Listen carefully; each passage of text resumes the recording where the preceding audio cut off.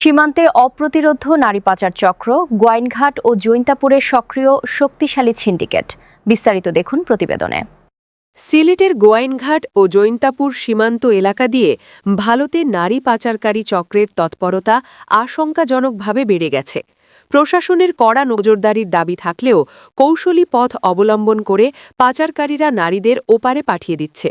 সম্প্রতি এক পাচারকারী বিজিবির হাতে আটক হলেও সিন্ডিকেটের বাকি সদস্যরা এখনও ধরাছোঁয়ার বাইরে থাকায় জনমনে আতঙ্ক ও ক্ষোভ বিরাজ করছে।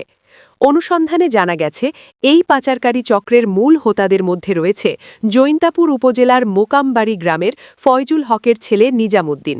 তার সঙ্গে অন্যতম সহযোগী হিসেবে কাজ করছে গোয়াইনঘাট উপজেলার পূর্ব জাফলং ইউনিয়নের নলজুরি খাসিহাওড় এলাকার মৃত আলতা মিয়ার ছেলে রহমান এবং আমস্বপ্ন গ্রামের মৃত বেদন মিয়ার ছেলে মোখতার হোসেন। চক্রের আরেক সদস্য পশ্চিম জাফলং ইউনিয়নের পান্তুমাই গ্রামের জৈন উদ্দিনের ছেলে আফসারকে গত ১৯ মার্চ ২ নারীকে ভারতে পাচারের সময় হাতে নাতে আটক করে বর্ডার গার্ড বাংলাদেশ বিজিবি।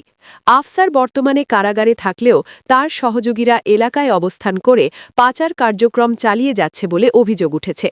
স্থানীয়রা জানান, বিজিবির কঠোর নিরাপত্তা এড়িয়ে পাচারকারীরা গোয়াইনঘাট ও জৈন্তাপুর উপজেলার একাধিক রুট ব্যবহার করছে। গোয়াইনঘাট উপজেলার প্রতাপপুর, পান্তুমাই, সংগ্রামপুঞ্জি, নকশিপুঞ্জি ও নলজুরি এলাকা, জৈন্তাপুর উপজেলার ডিবির হাওড় ও পার্শ্ববর্তী সীমান্ত এলাকা। কৌশল ও ভারতীয় দালালদের সাথে যোগসাজশ। সূত্রমতে, এই চক্রটি মোটা অঙ্কের টাকার বিনিময়ে বাংলাদেশি নারীদের ভারতীয় দালালদের হাতে তুলে দেয়। সীমান্ত এলাকায় বিজিবির টহল থাকলেও দুর্গম এলাকা এবং বিভিন্ন কৌশলী পথ ব্যবহার করে তারা এই অবৈধ কাজ চালিয়ে যাচ্ছে। আটককৃত আফসারের তথ্যের ভিত্তিকে বাকিদের গ্রেপ্তারে আইন শৃঙ্খলা বাহিনীর তৎপরতা বাড়ানোর দাবি জানিয়েছেন সচেতন মহল।